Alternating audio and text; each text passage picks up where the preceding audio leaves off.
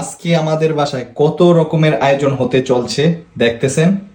অনেকে হয়তোবা দেখে বুঝে ফেলছেন এইগুলা কি হতে পারে।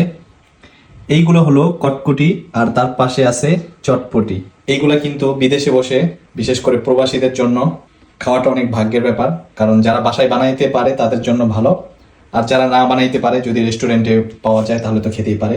তো আমাদের বাসায় যেহেতু বানাইতে পারে এই কারণে আল্লাহর রহমতে খেতে পারতেছি। তো আমার আর দেরি করতে মন চাইতেছে না, তাড়াতাড়ি এখন খেতে হবে। তো এখন আপনাদেরকে হালকা করে একটি রিভিউ দেই কেমন হয়েছে। আগে কটকটি দিয়ে শুরু করি। এই কটকটিটা বানানো হয়েছে বাদাম দিয়ে, বাদাম ছাড়াও আছে, তো আমি বাদাম দিয়ে যেটা বানানো হয়েছে এটা খেয়ে দেখি এখন। বিসমিল্লাহ।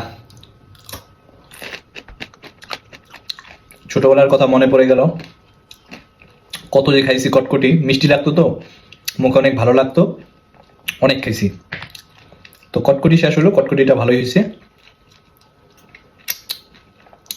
এমন করতাম ছোটবেলা, কটকটি খাইতাম আর আঙুল চুষতাম। এখন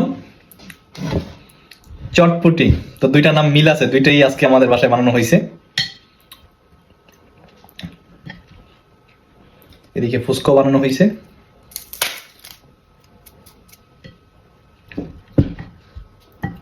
বিসমিল্লাহ।